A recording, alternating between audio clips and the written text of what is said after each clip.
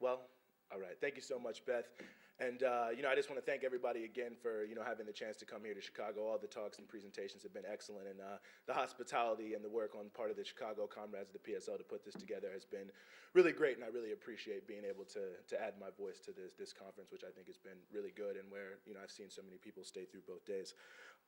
So what I really want to talk about here, I'm not looking to be comprehensive, but I do want to say something about sort of the history of working class struggle in the United States, particularly as it concerns socialists or radicals in general, because I think, and we're already seeing this in the election season, and we certainly saw it in the midterm elections.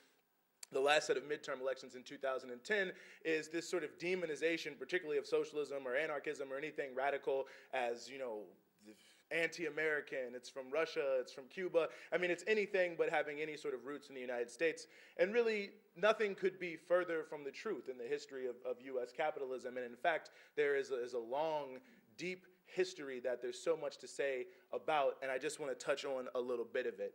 I think sort of the history of capitalism in the United States, or at least the modern history of the capitalism of the United States, it might be helpful for us to divide the struggle into almost sort of two periods in the way we look at it. And the first, I think, would be sort of the rise of capitalism in the United States from, the end of the Civil War to around the turn of the century. And then I think after that, the age of imperialism, when the United States ceased to just become a capitalist country, but emerged on the world scene as an imperialist country, and quickly, at least by World War I, became the most dominant country, really, well, more or less the most dominant country in the world, and, which essentially continues to be today, lording its brutal imperial power over every part of the world.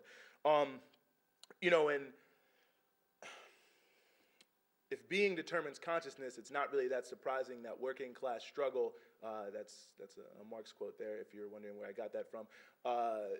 It's not that surprising then that the rise of capitalism in the post-Civil War period also saw the rise of the working class, which really emerged for the first time.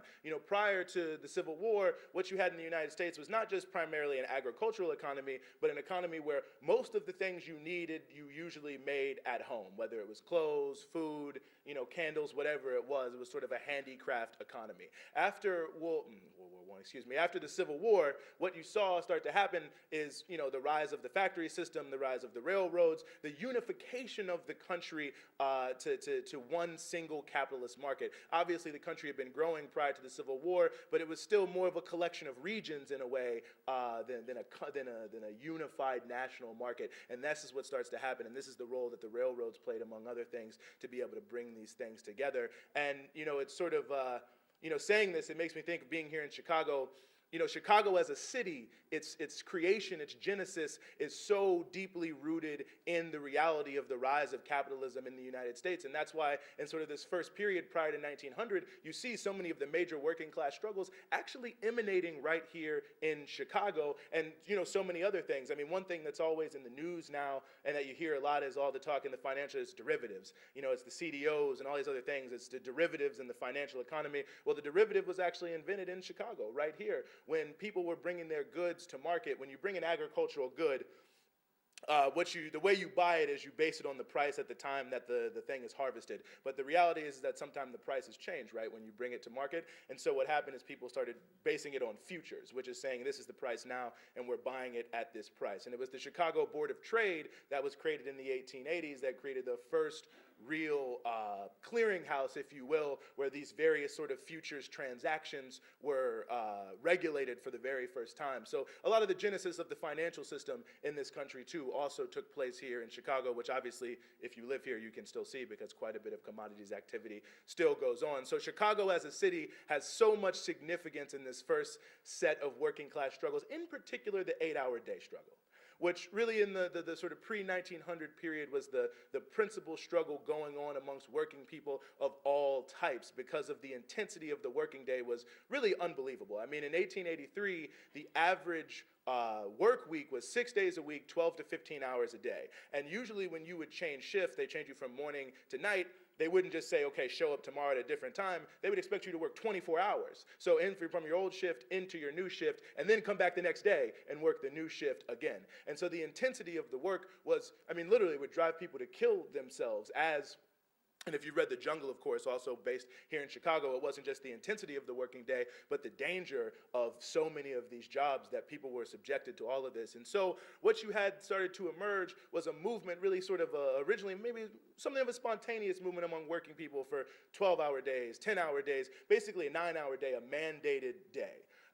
And what happened is the vast anarchist and socialist movement in this country, and right before the Haymarket strike, the International Working People's Association, which is an anarchist group in Chicago, it wasn't like a fringe group, they had 6,000 members. And it was these people who sort of caught the sails of the movement of working people to have, an 8-hour day, a limited day, and really sort of pushed it forward and began to organize into what were known as 8-hour leagues. And they also worked in different unions and different organizations to bring people together to fight for an 8-hour day. And as I think many of you know, May 1st of 1886 in Chicago, but around the country, I mean, we know about the Haymarket Square, but around the country this day was supposed to be the day that people were going to come out and we're going to fight for the 8-hour day.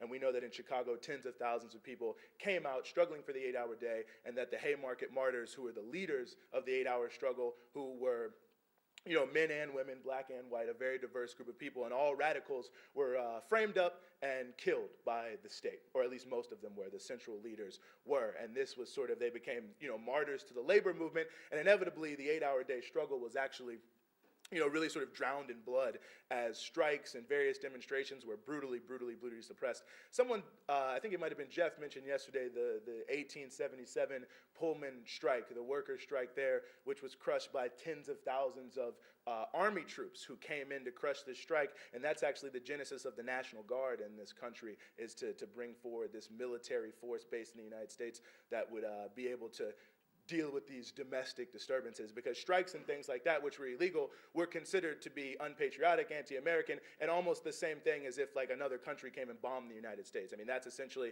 how the labor movement was depicted by the capitalist class in America. And so that being said, it's not that no gains were made, and actually the working day was significantally reduced, but it would take some time for the 8-hour day to come in.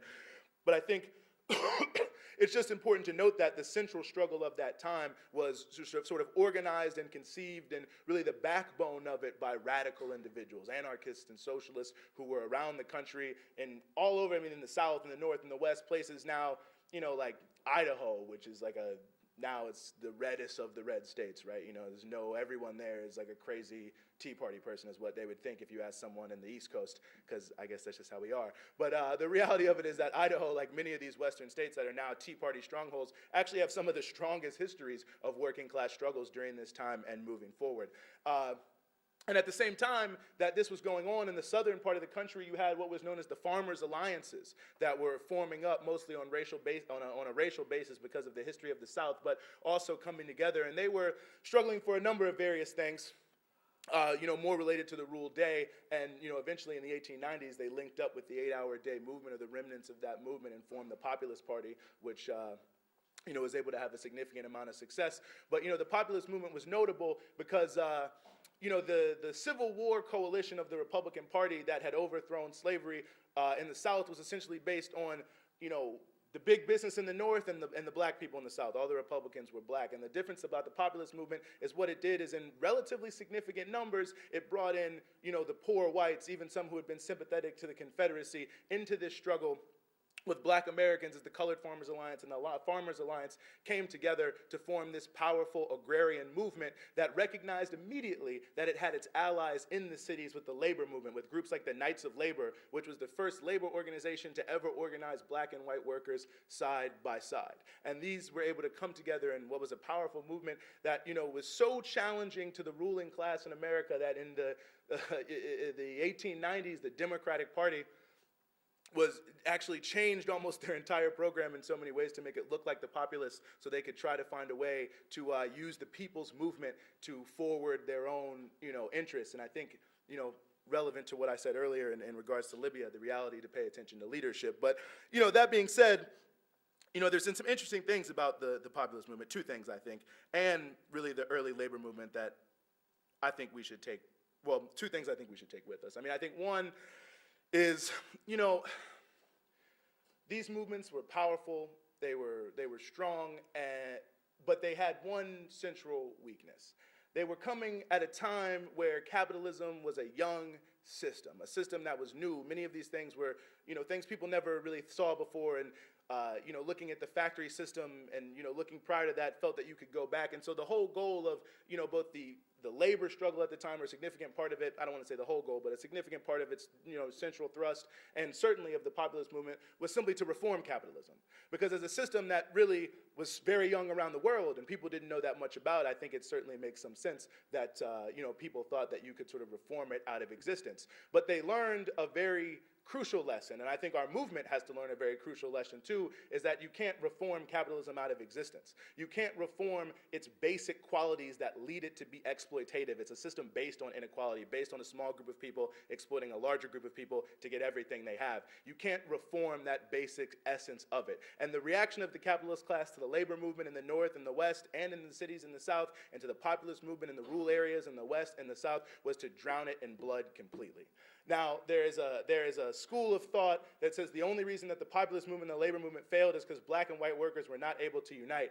And there's some truth to that, because there were some problems. But the reality is they barely had a chance to unite. In 1892, in the gubernatorial election in Alabama, there was a slate that was coming in that put racial equality at the highest level on its platform amongst its economic interests, because it recognized that you had to bring together the black and white working people and rural people in order to actually win. And, through almost unbelievable, if you read about these things, the Wilmington massacre of 1898 and all these different things, there was ballot stuffing, there were, just bands of white supremacist racists, just let loose in black communities to beat people, to keep them from voting, to do everything possible to make sure that this populist coalition was defeated. And in fact, it was defeated. But then how can you then turn around and say, well, it's all the fault of these people who couldn't really get together? But the reality is that the capitalists didn't give them a chance. They used every single ounce of their force to crush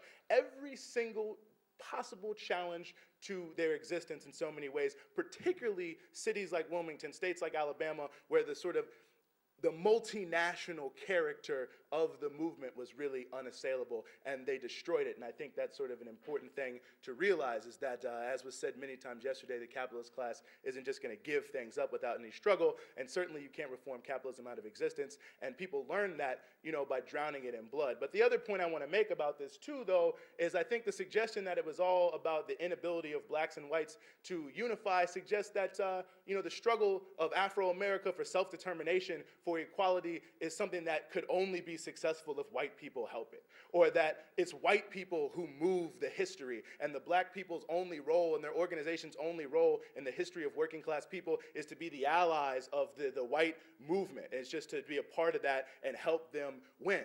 But the reality is actually the exact opposite.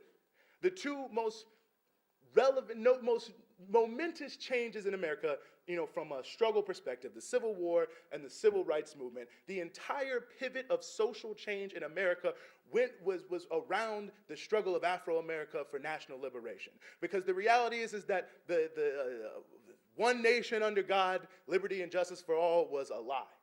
And the reality is that capitalist America had one Achilles heel, and that was the fact that it oppressed black people as a nation around the country. And the reality is this was the linchpin of capitalism in so many ways. It was one of its key weaknesses, and major struggle erupted around it. And the women's movement, both after the Civil War and after the Civil Rights Movement, so many other movements, the labor movement after the Civil War, all of the inspiration in some senses, and after the Civil Rights Movement, and the tactics from some senses, were all coming from the struggle of Afro-America, coming from the struggle of black people for equality in the United States. And that is partially why I reject that analysis of the populist movement, because the reality is if the oppressed communities in the United States and their struggle for equality in capitalist America is not at the center of a movement, you cannot win. And I think that's what we've also learned out of that early area of struggles.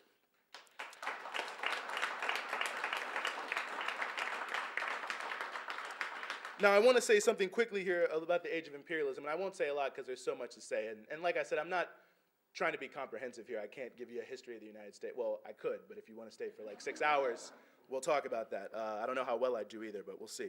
But, I think there's some things that are worth discussing. The IWW, the International Workers of the World, which I think also was mentioned in a couple talks yesterday, which is one of the early militant, radical labor unions. And, the labor struggle, some people talked about that, and I know Jeff referred to it, but one thing that I think people often miss about the IWW is the role they played in the struggle for free speech and for civil liberties. Because a significant portion of how they were repressed, because the IWW, International Workers of the World, was based on what you could call a floating section of the proletariat. People who had to go to different parts of the country at different times to take on different jobs. And so a significant part of how they were suppressed were these bans on free speech, which prevented them from having these street corner meetings and going into hobo camps and stuff like that, and reaching out to people, and it was very tough for them. So in many cities, Seattle, dozens of cities around the nation, especially in the western part of the country, what you had was the IWW, which was a labor union focused mainly around so-called economic rights, putting at the center of its struggle free speech, the right for people to come out and to say, for radical people to organize openly in the streets. And this is something that we know is continually relevant to us today. We've talked about it in the Brooklyn Bridge struggle, and we know even our ability to sit here and have this meeting right now is highly determined by that. If we don't fight for the right for people to be able to organize and have meetings and things like this, it won't be possible. Well, I don't want to say it won't be possible, but it'd be significantly harder for us to build a revolutionary movement. But the thing about that is, so often those who claim the mantle of civil liberties are all liberals. They're all people who believe in the capitalist system. And to them, the fight for free speech or for civil liberties is all about maintaining the integrity and the greatness of American democracy. And this is the most patriotic thing you can do. And all this stuff, just trying to wrap the whole struggle around civil liberties in the mantle of U.S. capitalism as its true essence that this corrupt capitalism has gone away from. But I think what the IWW recognized quite clearly, and which I think is still true today, that you only have as much free speech as you fight for. You only have as many rights as you fight for. And so the only way to maintain a certain set of rights that have been really won through struggle, not just given to you as people seem to think, the only way to maintain that is to fight for them, because the capitalist class has no respect for that. I mean, if we look at all the reforms won in the 30s and the 1960s that are being, it's like affirmative action doesn't exist anymore. Everywhere I go, it's like a women's right to choose. I mean, look at Mississippi right now. And this is what's going to happen, because part of what happened with Roe v. Wade was that different states started to legalize abortion because they recognized that a woman has control over her own body. And now the right wing is trying to steal the tactics of the progressive movement and go state by state and take back control over women's lives and over their bodies. And I think that, this is a crucial element, that capitalism will give you something if you threaten it, and as soon as they don't think you're a threat, they'll take it right back from you.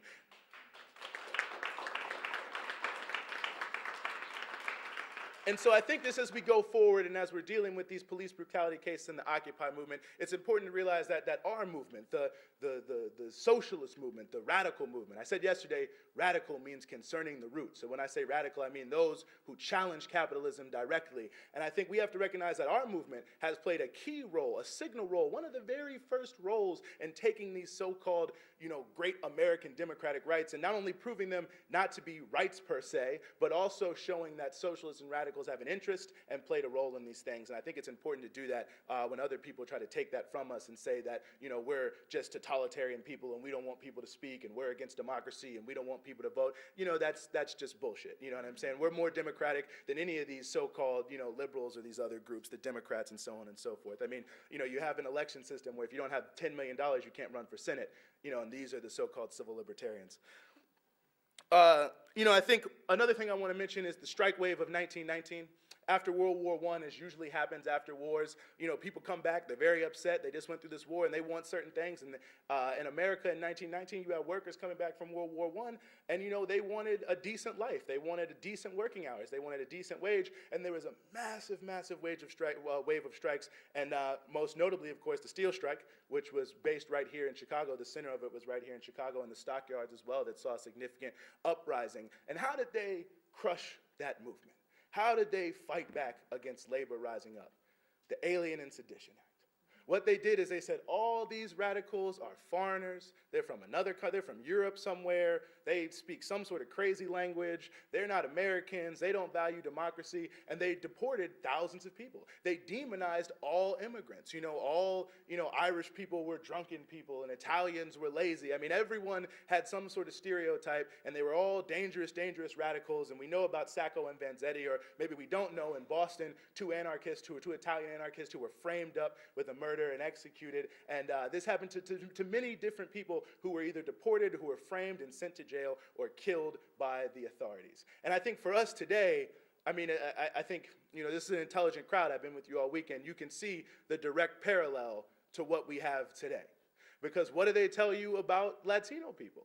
That, you know, they're all immigrants from some other country. They're not American. They speak some crazy language, and they're all dangerous radicals. You know, I mean, it's all this demonization of immigrants. But just like then and just like now, if we don't embrace people, regardless of whatever your national origin or your race is or whatever, if we don't embrace each other as workers, it will be extremely easy for the capitalists to divide us and to defeat us. They'll use deportation as a weapon.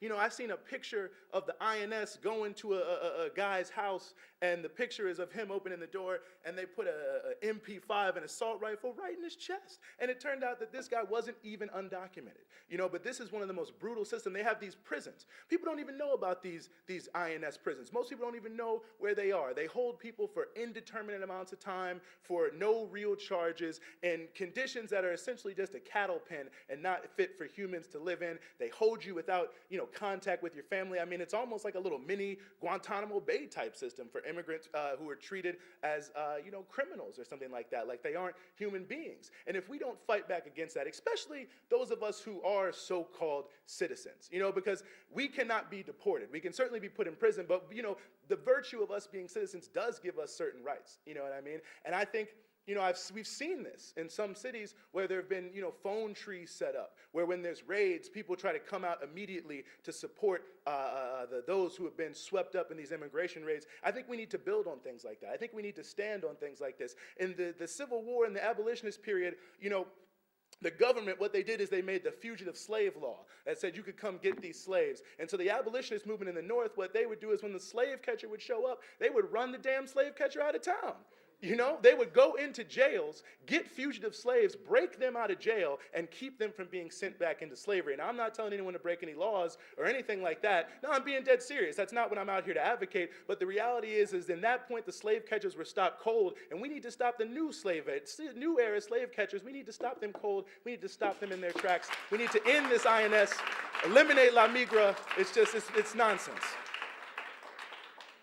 So, you know, I'll just conclude by saying this. I mean, there's a very rich history, and all of us, I'm sure, have different bits of knowledge, whether it's from books or from the experience of our families, that we could bring to this. And I think, you know, that's something that we all know intuitively, that this rich history is there. I think what we've learned from it, on the one hand, is that capitalism can't be reformed out of existence. I think what we've learned from all of these great, amazing struggles that, you know, some of us in this room have waged, as Beth referenced, that some of us have heard about, or our parents or our families have been involved in for so many years, that, you know, as positive as it is, it's not enough just to be a part of a movement, you know, because certain moments happen and certain things can happen, and it requires a certain amount of leadership, a certain orientation, to not just have something be a one-off thing or a one-day march, or you know, people get excited for 2 weeks and we get a law passed and we just forget about it.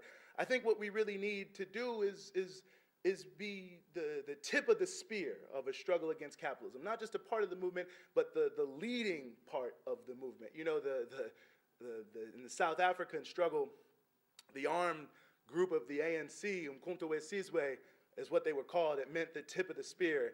And that's obviously the English translation, but I certainly like to think that the real English translation, or at least the one that's most relevant for us, of Umkhonto we Sizwe, is the Party for Socialism and Liberation. We're going to be the tip of the spear in the struggle against capitalism, and we will have equality, we will have justice. Thank you very much.